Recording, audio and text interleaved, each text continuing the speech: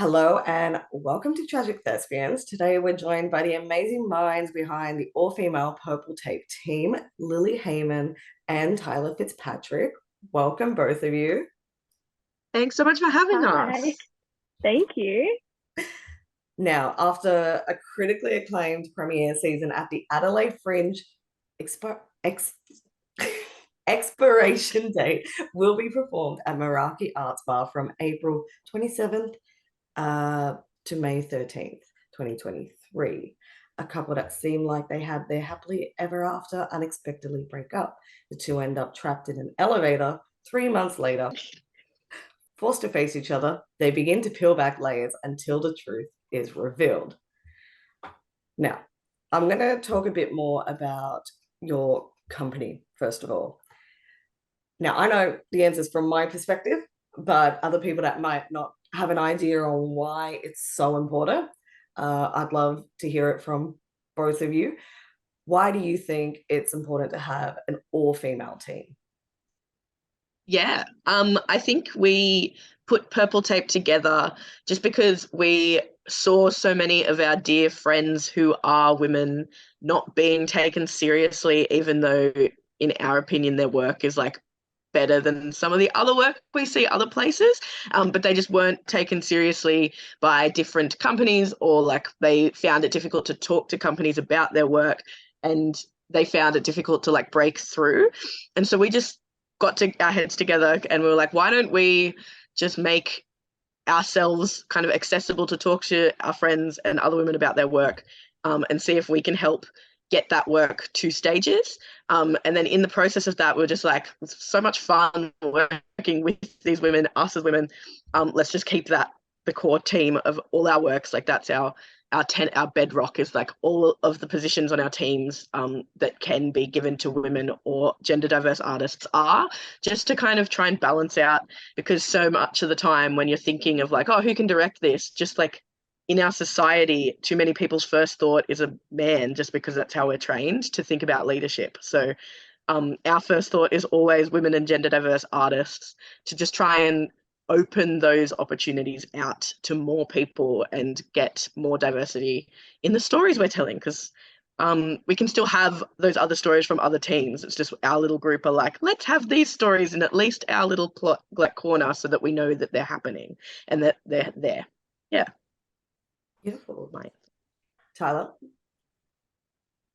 I mean, there's not much more to add to that, but I guess like we have experienced in our time in the industry, people going, "Oh, I didn't know. Like, this is the first time I've ever worked with a person in this role who's a woman."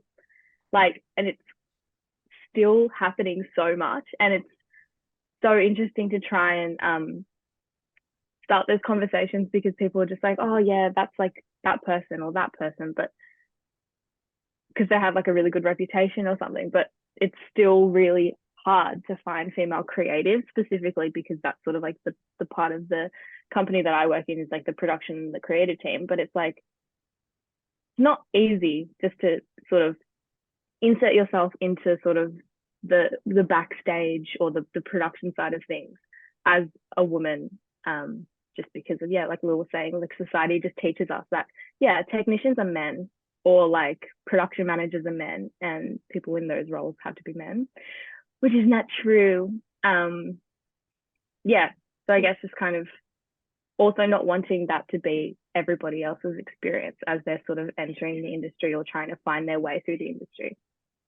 Amazing. See, couldn't put it better in words. It's literally be the change you want to see.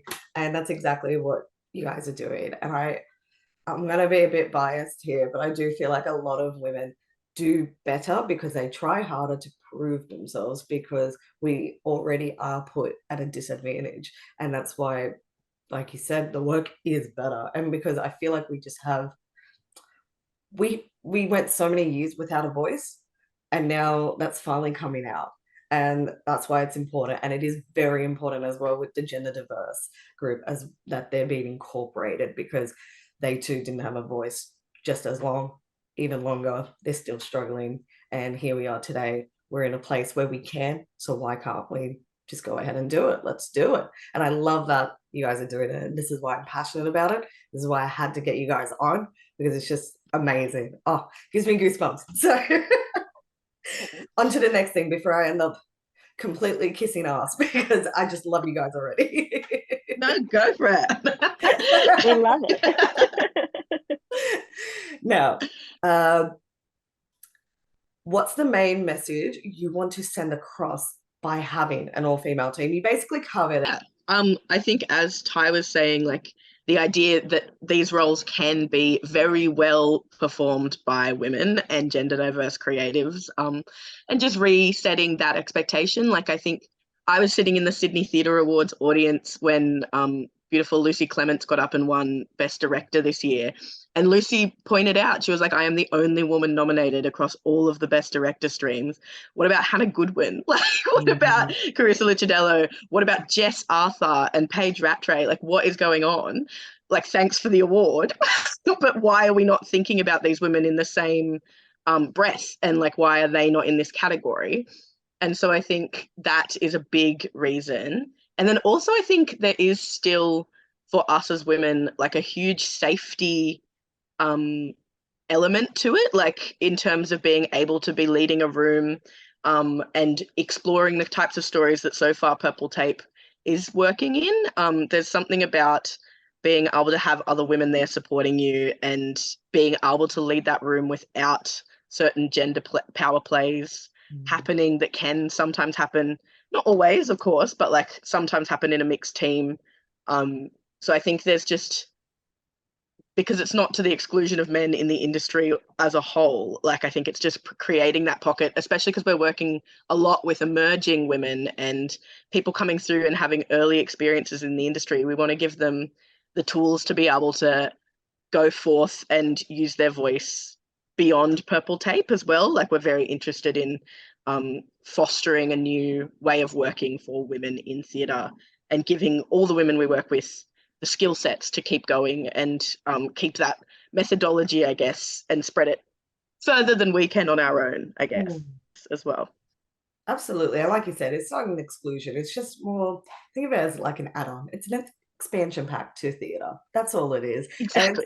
And it's something that Shakespeare has been doing for years. There was always all men group and there was all female groups. And that's why when I first got into acting, I did tend to do a lot of Shakespeare ones. That's what I was drawn to, because I love the gender bending. I love being able to just be a performer without the stress of like, oh, well, you have to be feminine or masculine. You just get to create who you want to create. And that was the beauty of it. And this is very much what I love about it, because I feel like a lot of female performers are often cast into this box being like, oh, well, they have to be a little bit more feminine or a little bit more pretty or this and that. But often you look at all the male characters and they're bloody brilliant characters. And it's like, well, why can't I do that? I can do that. And this kind of gives it that platform that you can do that. Like, who told you can't? Society. Now we're going to break down those barriers and by all means, just create, it's like, get a bit messy. That's the beauty of it. It's all about pushing boundaries for the right reasons. Yeah, absolutely. I love that. I think Lily said everything. And just with the sort of, the only thing to add would be just getting people's names out there is another part of it. Like, all it takes is for one person to design a show or perform in a show, and then it's like, oh my God, everybody in the indie sector wants them. Like, it's a very small, tight-knit community. So if we can be like the starting point for a career or a hobby, if some people only want to do this as a hobby, then that would be like, yeah, amazing. That's exactly right. I always say the world is small, but the performance world is even smaller. There is not a person that doesn't know someone. Yeah. So everyone be nice. That's all I have to say. Expiration Date was created by Lana Filies in the wake of overturning the Roe versus Wade decision in America. Now, yes, it was in America, and yes, we're in Australia, but anytime a country takes another human right from women and takes away their voice and power, we collectively take a step back in history. This is why this play is important, because it does explore women's rights to choose, which is insane that we're still talking about if we're allowed to choose, if we're allowed to have the rights to be who we were just born to be. Now, what about this written piece spoke to you personally and eager to get on board? Yeah, I'll go, I think, because I'm the director. Actually, no, Tyler, go, because I always say all the things. Ty, go, and then I'm the director, so I can talk for hours about the show. So Okay. Tyler, go first. Always. This one's kind of easy because Lana is our best friend. And so we've been involved in the process since like the literal like beginning of it. Lana also lives with me, so she's like kind of like over there, not in the room. So I have to say nice things in case she can. I have to say really nice things because I love her so much. So yeah, it's really easy for us to. It was really easy for us to get on board with the show because Lana is our best friend, but also just the idea was so like it came so naturally and so incredibly that Lana had a dream about being trapped in an elevator with her ex, and that I was interested from the moment she told me that at like the kitchen table or something. And then she developed it during lockdown. So she was like, I wrote this bit. I've written this bit. Can I read this bit to you? And so our house is kind of like a soundboard of just like ideas and things.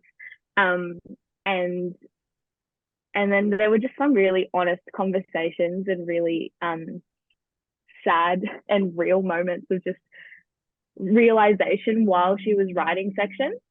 So I've kind of been involved in the writing process just as like a listener. And then she sort of collaborated with Flynn to get sort of the other point of view of it. So Flynn, our fabulous collaborator and co-performer, they would do the like walks that you could do while we were in lockdown, and they would walk along the beach and they would discuss and create and just like record themselves speaking about different conversations and different point of views. And then pretty much this time last year, Lana was like, I have a full script. And so we did a development of it for like a close-knit audience. And we were in there sort of like doing it, and we were like, oh yeah, this is really something, and this is something that we need to keep doing. So it was kind of very, very natural. Yeah, and the first work that, other than Lily's work that we've done previously, is the first work that we've been with from the very beginning all the way through. Yeah, it's really exciting for me because it is the first purple tape kind of production in that way. Like it came through our kind of development process and it's now going on, which is awesome. And yeah, as Tyler said, Lana is our best friend. And I remember when we had the development, because I wasn't like Tyler, I hadn't really been involved yet. I just had heard from her that she was writing this show. So the development was the first time I got to kind of get to play with it. And I remember, like, you know, when that's your dear friend, so like you're going to be like, yeah, it's great no matter what. Like I remember sitting in that room and going, oh no, this is actually quite good. like, oh Lana, this is awesome. Like, good job. Like, you know, like I was like taking off my friend hat. This is a really good piece of work. Like, and I remember that moment where I was like, sick. Like, this is actually really awesome. Like, it was really hilarious. Not that I didn't expect that of her, but it was just like one of those moments where you were like, no, this is like objectively good. Like, how exciting to get to play with this. And then I'll always remember we were doing a small development showing of it for a small group of people, and that morning Roe v. Wade had been overturned. And so that, I think the enormity of that going into this show that was all about women being able to dictate the lives that they have, it just kind of gave the show a new weight. And so then from that development, we went away and we talked about what that meant, because it's always been underneath the show. It's always been about women's rights to choose. But then that overturning made it more urgent and made it more real for all of us, because it was like, oh, that's suddenly under threat. So then it became, I think the work just took on a whole new life when that happened, because it became more than a play. It was something that we were dealing with as women in the world at an age where it actually affected us, like at an age where it's something you have to think about. And we kind of had to take a step back and look at the work and look at the world and just be like, okay, what are we doing here? And so it's been on quite a journey since that first development, and it's gone through a lot of different redrafts and just conversations about how we unpack this story. and unpack what we want to say. And I think it's ended up in this beautiful, real story about women who don't want to have kids and what society thinks of them, and the result, like the ramifications that women have, regardless of whether or not like it's illegal or legal. Those consequences, they become much more high stakes when it's illegal, but there are consequences for women no matter what to accessing basic healthcare. So yeah, that was kind of the journey the show went on, which has been such a privilege to be a part of, because both of the actors like have been incredibly honest and brought out really like intense but beautiful stories that I think are really relatable, and frame the issue in that way, like frame it all the way down to what happens to individuals rather than talking about it as this big political thing. Yeah, absolutely. I love that because it really sounds like it is a conversation between the writer and the audience. And that's what the best theatre really is. It's just making these conversations come up between people that maybe didn't know that they needed to talk about it. And it's good. That's like, it's very therapeutic, isn't it? I love Absolutely. it. And as a director, like you said, the actors are very honest, and they're, it sounds like you've got a really good team bouncing off each other, which is fantastic. What has been the most surprising thing that they've given you as a performer? What has something you just didn't expect from them? Yeah, fantastic. I think as they've gone through, they've just like every time we have a go, like every time we get back into the rehearsal room, it's like they peel off another layer of their skin. Like every single time they bring me a new thing. So I think I'm really excited for this Meraki show because we did do it in Adelaide and we kind of got to test it in Adelaide.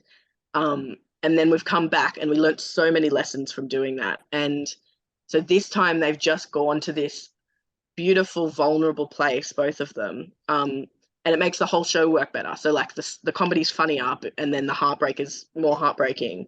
I think maybe because both of them realized the weight of their words on the audience and realized that they were having an impact. Like it wasn't just the show that they'd written and they wanted to do because like they're actors.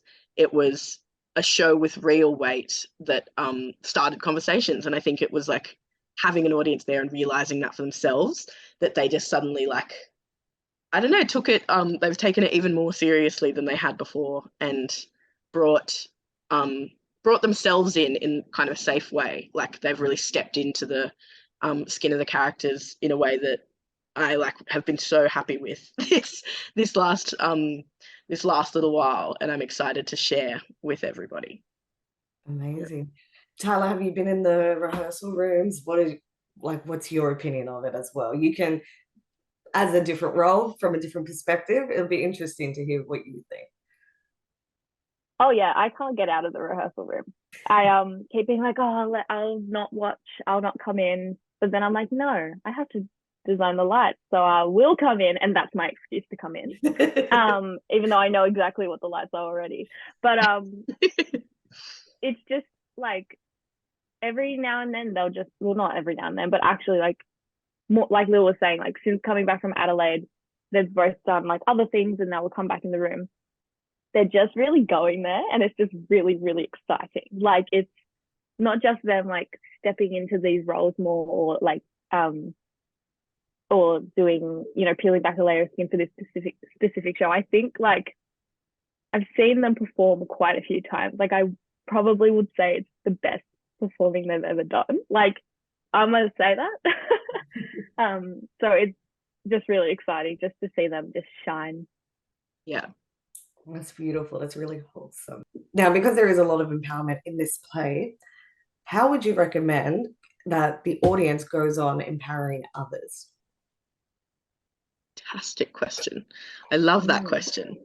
I think this play in particular is about the sacrifices that women have to make in every aspect of their life, like that men don't necessarily even fathom is true, that women have to decide between different things, and have to make really hard choices. Like at the crux of the play, it's about choice in so many different ways.